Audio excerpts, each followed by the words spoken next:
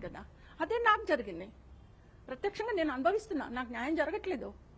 ఇప్పటికీ మీకు ఈ ప్రత్యూష కేసుకు సంబంధించిన దాంట్లో ఇంకా ఏమున్నాయి మేడం? అనుమానాలు ఏమున్నాయి? ఇంకెవరైనా బెదిరింపులకు పాల్పడుతున్నారా మీ పట్ల?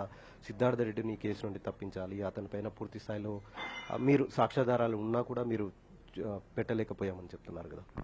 సాక్ష్యాధారాలు లేవని కదా సార్, ఇప్పుడు న్యాయస్థానానికి ఎంటర్ కాకముందుకే ప్రత్యూష చనిపోయినాగానే సాక్ష్యాలు ఉన్నాయి సార్, కానీ తారుమారైపోయినాయి, మొత్తం తీసేశారు. అప్పుడు స్టార్టింగ్ లో నాకు బెదిరింపులు వచ్చినాయి. ఎందుకు బెదిరింపులు వచ్చినాయి? ఈమె ఎక్కడెక్కడైనా సాక్ష్యాలు కవర్ చేసుకుంటదేమో, సాక్ష్యాలు తీసుకుంటదేమో, భయపెడితే ఆగిపోతుంది, భయపెడితే సాక్ష్యాల కవర్ ఎవిడెన్స్ కవర్ చేసుకోవడానికి వెళ్ళదు, సేకరించుకోవడానికి వెళ్ళదు అనే ఉద్దేశంతో నన్ను బెదిరించారు. ఏంటంటే నీకున్న ఒక్క కొడుకుని తీసేసుకుంటావా, బిడ్డ పోయింది, కొడుకున్నాడు కదా, కొడుకుని తీసేస్తావా, ఏమనుకుంటున్నావు అంటే నేను ఒకటే చెప్పా, బిడ్డ పోయింది, కొడుకుని తీయండి, నన్ను కూడా తీయండి, రేపు మీరు మా కాళ్ళ దగ్గరికి రారా, మీరు చనిపోరా, నువ్వు 1000 years, నేను ఇలాగే అడిగాను సార్, 1000 years బతుకుతావా, నువ్వు బతకవు కదా, నన్ను బెదిరిస్తున్నావు, ఎన్నేళ్ళు బతుకుతావు, 50 ఏళ్ళు బతుకుతావు, ఇంకో 70 ఏళ్ళు బతుకుతావు, తర్వాత నువ్వు చస్తావు కదా. నేను ఇదే లాంగ్వేజ్ లో వాళ్ళని అన్నాను సార్, బట్ నేను ఎక్కడ భయపడలేదు, తిరిగాను. బట్ నాకు దొరికిన ఎవిడెన్స్ అన్నింటిని కోర్టులలో సబ్మిట్ చేసుకున్నాను. బట్ నాకు ఎక్కడ కూడా నాకు సాటిస్ఫై అయ్యే న్యాయం జరగలేదు. ప్రత్యూష ఆత్మకు శాంతి జరిగే న్యాయం కూడా జరగలేదు సార్ ఇక్కడ. అంటే రెస్పెక్ట్ ద జడ్జిమెంట్ అనుకుంటూనే నాకు న్యాయం జరగలేదని చెప్తున్నాను సార్.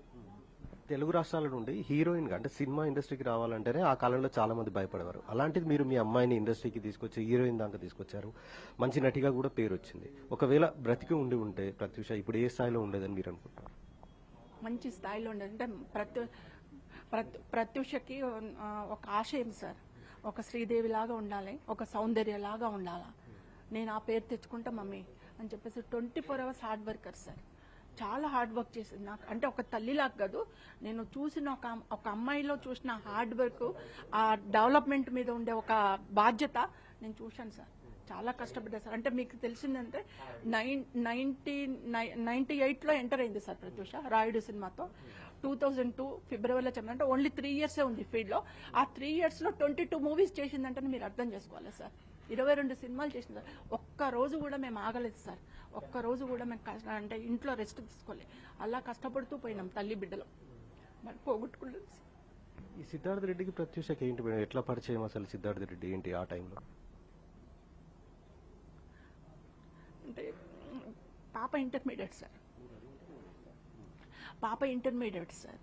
ఇంటర్మీడియట్లో నేను హయత్ నగర్లో కాలేజ్లో జాయిన్ చేశాను, గౌతమి రెసిడెన్షియల్లో జాయిన్ చేశాను. అది కో ఎడ్యుకేషను, బట్ హాస్టల్ మాత్రం ఓన్లీ ఫర్ గర్ల్స్.